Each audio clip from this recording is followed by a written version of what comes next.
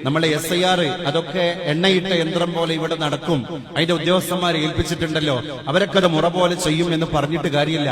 ഈ ഏൽപ്പിക്കപ്പെട്ട ഉദ്യോഗസ്ഥന്മാര് ശരിക്ക് മുടിനാരില കീറി അവരെ അജണ്ട ബീഹാറിൽ നടപ്പാക്കി. 68 ലക്ഷം മുസ്ലിങ്ങൾ, അല്ലെങ്കിൽ മുസ്ലിങ്ങളല്ലാത്ത ഇന്ത്യയുടെ മതേതരത്വത്തിൽ വിശ്വസിക്കുന്ന മുസ്ലിങ്ങളടക്കം എന്ന് പറഞ്ഞാല് അവർക്ക് പറ്റാത്ത 68 ലക്ഷം വോട്ടർമാരെ SIRൽ വെട്ടിമാറ്റാന് തെരഞ്ഞെടുപ്പ് കമ്മീഷന്റെ ഉദ്യോഗസ്ഥന്മാർക്ക് ഈ കഴിഞ്ഞ കാലത്ത് ബീഹാറിൽ സാധ്യമായിട്ടുണ്ട്. ബീഹാർ പോലെയല്ല കേരളം, അത് ശരിയാ. പക്ഷെ എന്നാൽ പോലും നമ്മൾ സാക്ഷരതയുള്ള ആൾക്കാരാണ്, നമ്മൾ പ്രബുദ്ധതയുള്ള ആൾക്കാരാണ്.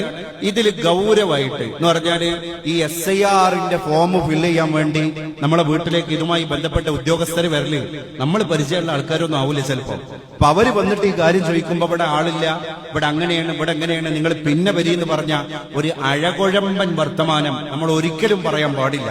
ഇങ്ങനെ ഒരു വിഷയ രാജ്യത്ത് നടക്കാൻ പോകുന്നുണ്ട്.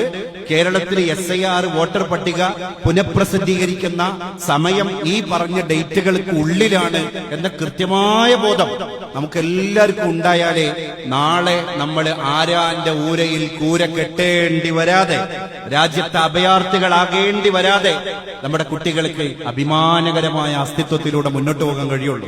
അപ്പൊ അതിനുള്ള ദീർഘവീക്ഷണം ഇന്ന് നമ്മളെടുത്ത് നടക്കണം.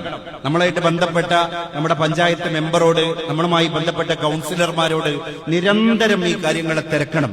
അതുമായി ബന്ധപ്പെട്ടിട്ട് നമ്മുടെ പഞ്ചായത്തോ നമ്മുടെ മുനിസിപ്പാലിറ്റിയോ അല്ലെങ്കിൽ നമ്മുടെ ഭരണകേന്ദ്രങ്ങളിലുള്ള ഏതെങ്കിലും നമ്മളായിട്ട് അടുപ്പുള്ള ഈ ഉമ്മത്തിനോട് പ്രതിബദ്ധതയുള്ള ഏതെങ്കിലും ഒരു നിഷ്കളങ്ക പ്രവർത്തകനോ നമ്മുടെ ഒരു മീറ്റിങ്ങിനോ ബന്ധപ്പെട്ട കാര്യങ്ങൾക്കോ വിളിക്കുമ്പോ ഒഴിവ് കഴിവ് പറഞ്ഞ് അവിടെ നിന്ന് സ്കിപ്പാവാതെ നമ്മൾ എത്രയും പെട്ടെന്ന് അത്തരം കാര്യങ്ങളോടുള്ള നമ്മുടെ ആഭിമുഖ്യം പ്രകടിപ്പിക്കണം എന്ന്